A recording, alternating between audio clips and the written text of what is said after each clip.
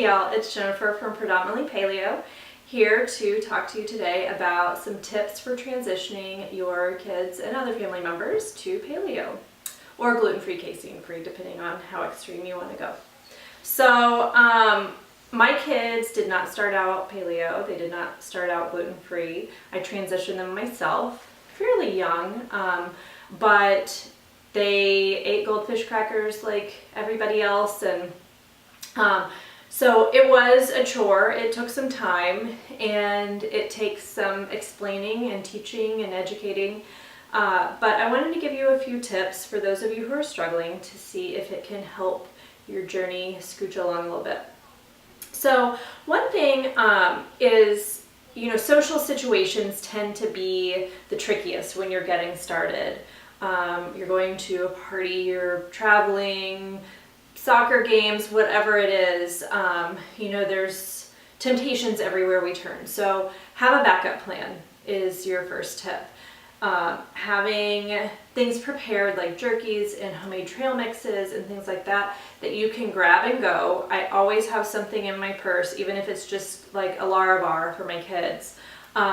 So that when they start seeing temptations everywhere, I have something prepared for them. It doesn't have to be fancy. I know you can find freeze-dried fruit if you don't want to make everything homemade, or if you feel like you don't have time. There are paleo-approved snacks that are not necessarily expensive, but keeping those on hand is really going to help when you are out somewhere. If you are going to a birthday party and you know that they're having pizza and ice cream and cake and pretzels and all these things, bring something for your child that they will enjoy. I make homemade cupcakes or whatever I need to do for that particular party, and my kids do not feel deprived. They have a counterpart to whatever their friends are eating, and it really has been fairly simple because they know that they get a treat too. I'm not exactly like serving them carrot sticks at a pizza party, so typically they're pretty happy. The next thing is try not to cave. I know it's really, really hard when they're frustrated at dinner, they don't want to eat this, they just want chicken nuggets or whatever kid-friendly food they're used to, but I don't make a separate meal. I completely stick to this is what's for supper. And if you're hungry tonight, then I hope you'll join us because this is all there is. And most of the time they're fine. They are more willing to try new things now than they were in the beginning. And if there's something that they really, really didn't like, then I promise them that I won't make it again. Luckily, that does not happen too often because that would be really insulting. You know what I mean? But try not to cave. I mean, really and truly, if you're always falling back on their childhood favorites, then they're not really going to learn that they have to try what you're serving. And then you're always going to have those old go-tos on hand. The third thing is to try to recreate those favorites. So if your child really likes chicken nuggets, there's nothing wrong with eating chicken nuggets sometimes because you can make them with almond flour, or you can make them homemade where they don't have grain, they don't have other processed ingredients, and you can use pasture-raised organic chicken to do that. So, keep that kind of in your arsenal. You can recreate almost anything. I've been able to recreate a lot of our family favorites, and, sometimes you miss pasta, but you can even recreate that now. So really and truly, there is a counterpart for almost everything that you love in the grain-free, dairy-free, sugar-free lifestyle. So do a quick search online, see what you can find, and try to do that before you give in to, a drive-through.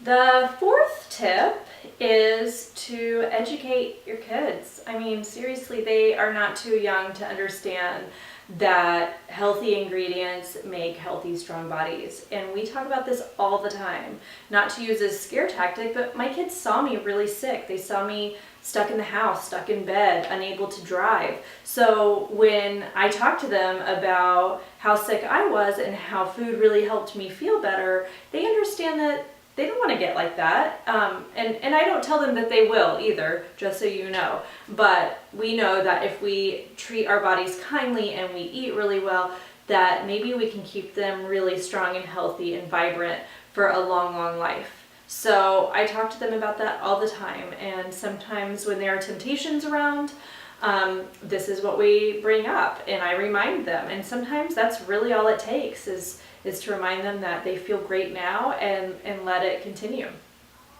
The next thing, get them involved. If you have ever asked a child to chop up vegetables with a kid-friendly knife, let me tell you, they will come running into the kitchen. We keep these plastic kid-friendly knives on hand, which you can find on the blog, and they love them. I mean, hand them any kind of produce and they will whack that thing into smithereens. So ask them to get involved, bring them into the kitchen. It takes a little bit longer. It can be a little frustrating sometimes, if you know what I mean. But honestly, like, they really love getting involved. So get them involved. And in doing so, you're teaching them, you're showing them, these are the ingredients that make us feel so great. So if they see what's going into their meal at mealtime, they will take that with them. They will understand that it's not what comes out of a package. It's not what comes out of a box. It is fresh produce and grass-fed meats and pasture-raised eggs, all of these great ingredients that they're getting to put their hands on in your kitchen. Try it. Seriously, just do it. Pack lunches for school is another thing. Cafeterias in schools now are maybe getting a little bit better. Yeah, we can see a trend happening over time. They're offering some better choices, fingers crossed, but it does leave too many choices sometimes for a kid who's trying to transition. So you want to pack lunches at home, give them a few less options in the beginning, but keep the options open in your house. So if you have, options kind of prepared in the produce drawers of your fridge, they can pick between carrots and celery that day, between apples and peaches, and let them grab what they're in the mood for to pack in their lunch. We also have a few like 100% fruit strips or trail mix or little bags of nuts and cashews. They can grab those too. So you can give them options, but if you keep the options in your own home, then they will be less tempted in the cafeteria line to pull out, pizza and breads instead of cucumber slices. It just makes it a little bit easier while they're still learning to transition over. And make it fun. At mealtime, it can be really disastrous when you're screaming to eat your spinach. So find other ways, especially with little kids like toddlers. We used to tell my son when he was itty bitty that broccoli was little trees. Oh my gosh, you'd never realize that eating little trees was so much more awesome than eating broccoli. So, find little ways to make mealtime fun. Turn it into a game if you have to, if you're really trying to encourage new foods. If there are texture issues in your home, you can accommodate those, to a degree if you really need to get nutrients into your child. So, and sometimes occupational therapy is needed too. So I'm not making light of that. But if you, don't want to cave and bring out those chicken nuggets like we talked about, think about finding ways to incorporate foods that are really nutrient dense, but with a texture that they can do. So if they only can eat purees, for instance, find ways to puree those veggies into something, maybe even a soup.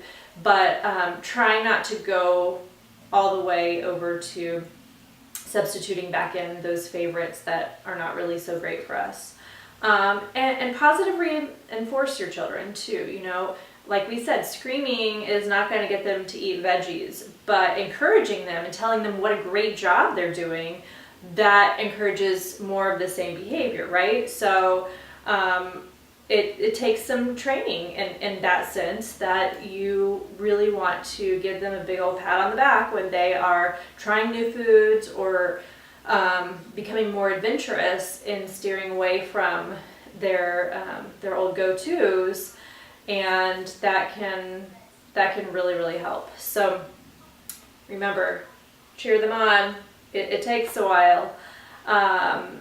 So I think that these tips are things that we've used in our own home as we've transitioned. My kids are not 100% paleo. They are mostly gluten-free, casein-free, or GFCF. So they do get some gluten-free grains. On occasion, they get a little bit of dairy, but really I keep them off for the most part because I've seen such radical change. So if you have any questions, please send me an email at jennifer@predominantlypaleo.com. Of course, I'm on Facebook, Instagram, Twitter, Pinterest, those social media outlets. And keep in touch. Let me know what you think. Okay, talk to y'all later.